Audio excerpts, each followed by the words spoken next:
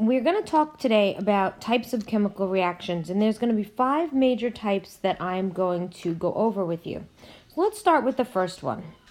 A synthesis reaction is a reaction in which you are making something that is larger than what you originally started with. So here you can see on the reactant side, I have 2 individual elements.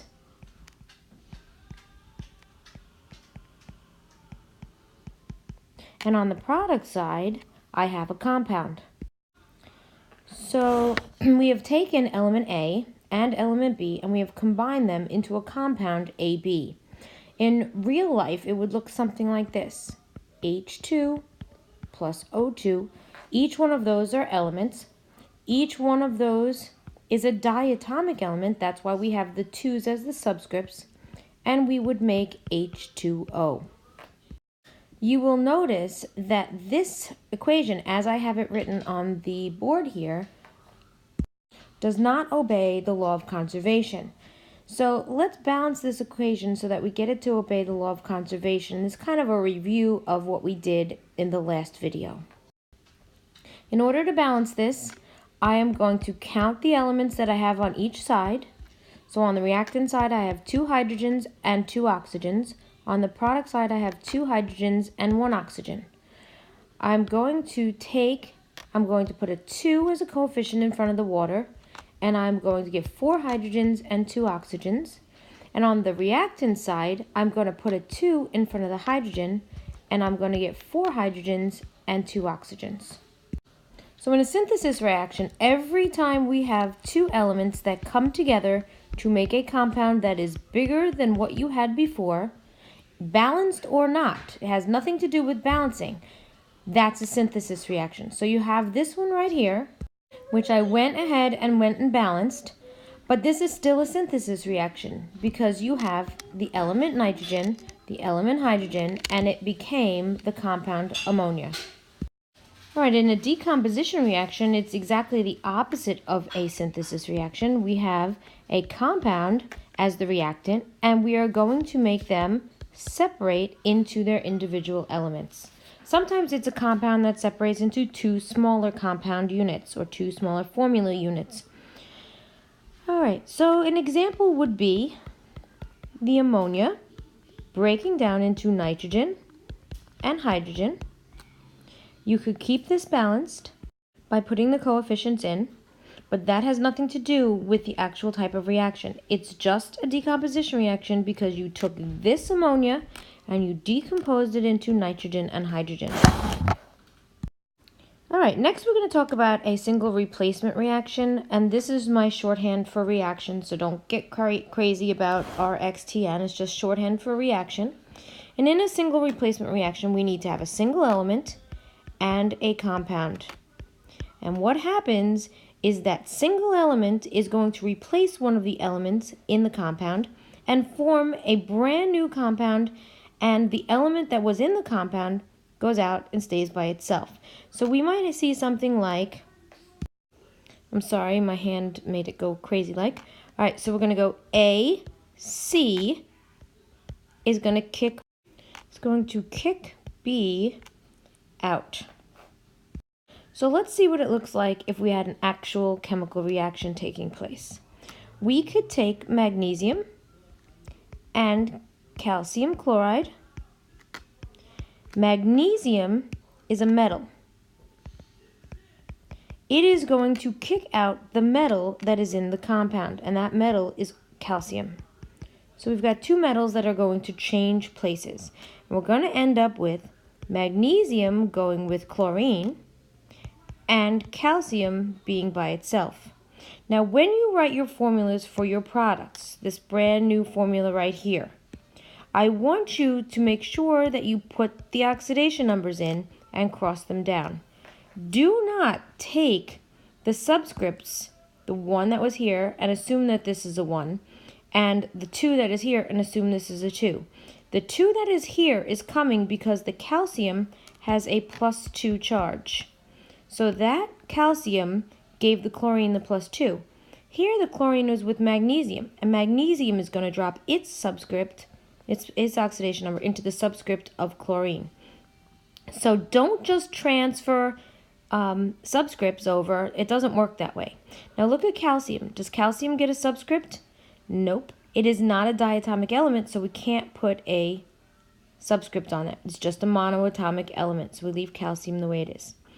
After you get this all done, it's a good habit for you to get into to go ahead and balance them. Well, let's look. Magnesium, there's 1, and there's 1. Calcium, there's 1, and there's 1.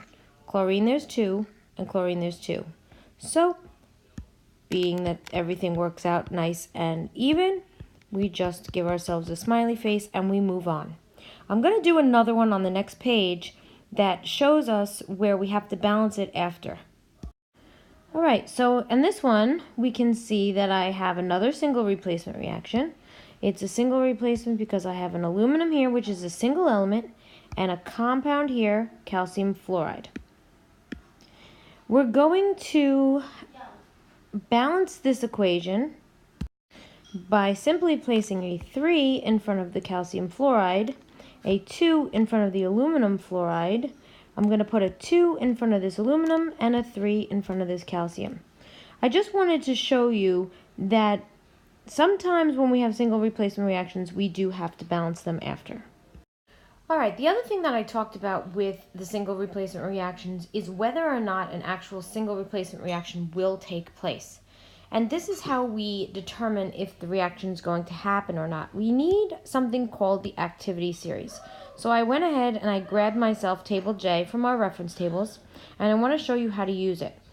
This reaction will take place if the element that is single, and that's the single element, it does not have any other elements with it, it's just an element, not a compound.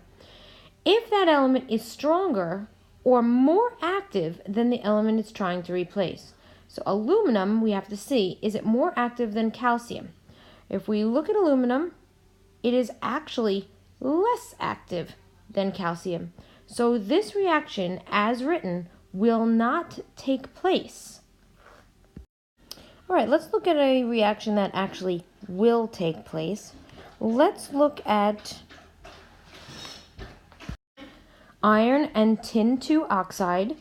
When we have iron and tin 2 oxide, we look at the element that is by itself, and that element, I'll underline in green, is the iron. That iron is right here on our table J.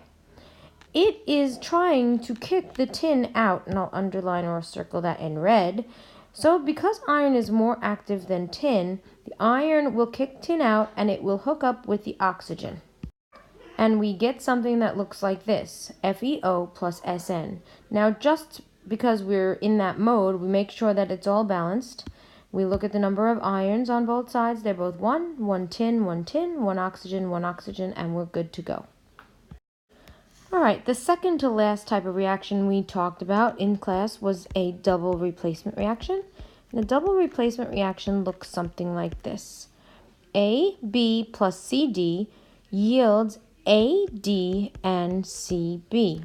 So you can see, and I'm going to use my highlighter to show you this, that the element A and the element D went together to make AD, a new compound, and I'll highlight this in yellow. The element B and the element C went together to make a new compound, CB. You'll also note that the element C is a metal. So with a metal, I wrote it first in my new compound that I made. So in this reaction, we've got a switching of partners from the 2 compounds that we started with. So double replacement starts with 2 compounds, and those compounds are going to switch partners.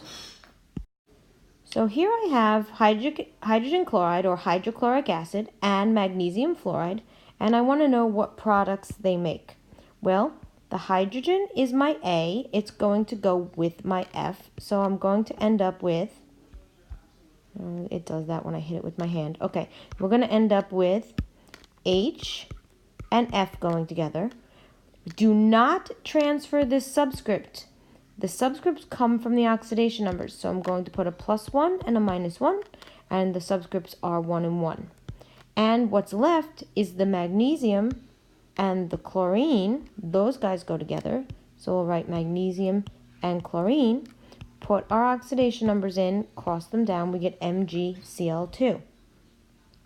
This reaction is not balanced, okay? And it's not balanced because I have one hydrogen here, one chlorine, but I have two chlorines here. So to balance it, I'm going to make a list, HCl, Mg, and F. I'm going to copy that list onto the other side.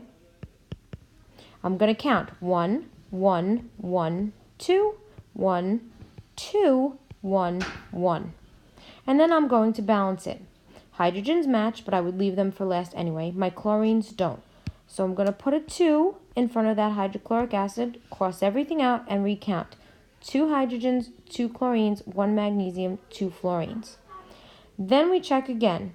Everything matches. We get down to the fluorine, they don't match, and the hydrogens don't match. But I leave my hydrogens for last. So I'm going to put a 2 in front of that hydrofluoric acid or hydrogen fluoride, and I'm going to recount on this side. 2 hydrogens, 2 chlorines, 1 magnesium, 2 fluorines. And you'll see that everything matches up. Okay, so we're all good with that. Now my last type of reaction is called a combustion reaction. And in a combustion reaction always starts with an organic compound. I'm going to start with CH4. Now how do I know that's organic? It's organic because it contains carbon and hydrogen. And if you're combusting something, that's another way of saying burning. In order to burn something, we need oxygen. So an organic compound plus some sort of oxygen as its fuel is going to end up giving us carbon dioxide and water. Every time we have a combustion reaction, I'll use red, it's easier to see. These three things, the oxygen, the arrow, the carbon dioxide, and the water, will always be the same. The only thing that's going to change is the CH4. The CH4 plus oxygen yields CO2 and water is not balanced, so let's go ahead and do that. Okay, I went ahead and I balanced it for us. Let's just double check because I didn't count everything, so I'll count it with you. We got a carbon here, one carbon, 4 hydrogens, 2 times 2 is 4 hydrogens, 4 oxygens, 2 oxygens in the carbon dioxide, and 2 more for the water gives me 4 oxygens. So we've got a lovely balanced equation, and it obeys the law of conservation. Now I want you to take a look at table I, and on table I you're going to notice that the first 6 equations right here, 1, 2, 3, 4, 5, and 6, are all combustion reactions. And you'll notice, let me get a highlighter. That's the eraser, a highlighter, we'll do it in yellow.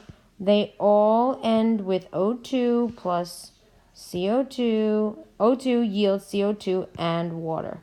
So you've got all your combustion reactions right there. Okay, you'll notice that the beginnings change. That's the organic compound. So you got combustion reactions that you can look up if you need one. You've also know that if they ask you to recognize a combustion reaction, you're going to look and see what's the ending. It's O2 yields CO2 and H2O. All right, so just to recap real quick, there are 5 different reactions that I expect you to know. The first one was synthesis, which was 2 elements becoming a compound. The decomposition reaction looked exactly the opposite, with a compound decomposing into 2 individual elements, or a compound decomposing into 2 smaller compounds. A single replacement reaction had a single element and a compound, and it became a new compound, and one of the elements came out. Always remember that metals will replace metals and nonmetals replace nonmetals, and you can use table J to determine if the reaction is actually going to take place. If the element that's single is above the element it's trying to replace, the reaction happens. If it's below it, the reaction doesn't happen. And then we had the double replacement reaction, which looked like this.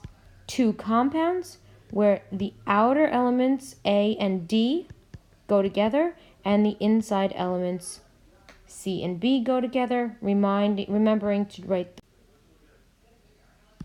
the C first because the C is the metal and the B was the nonmetal.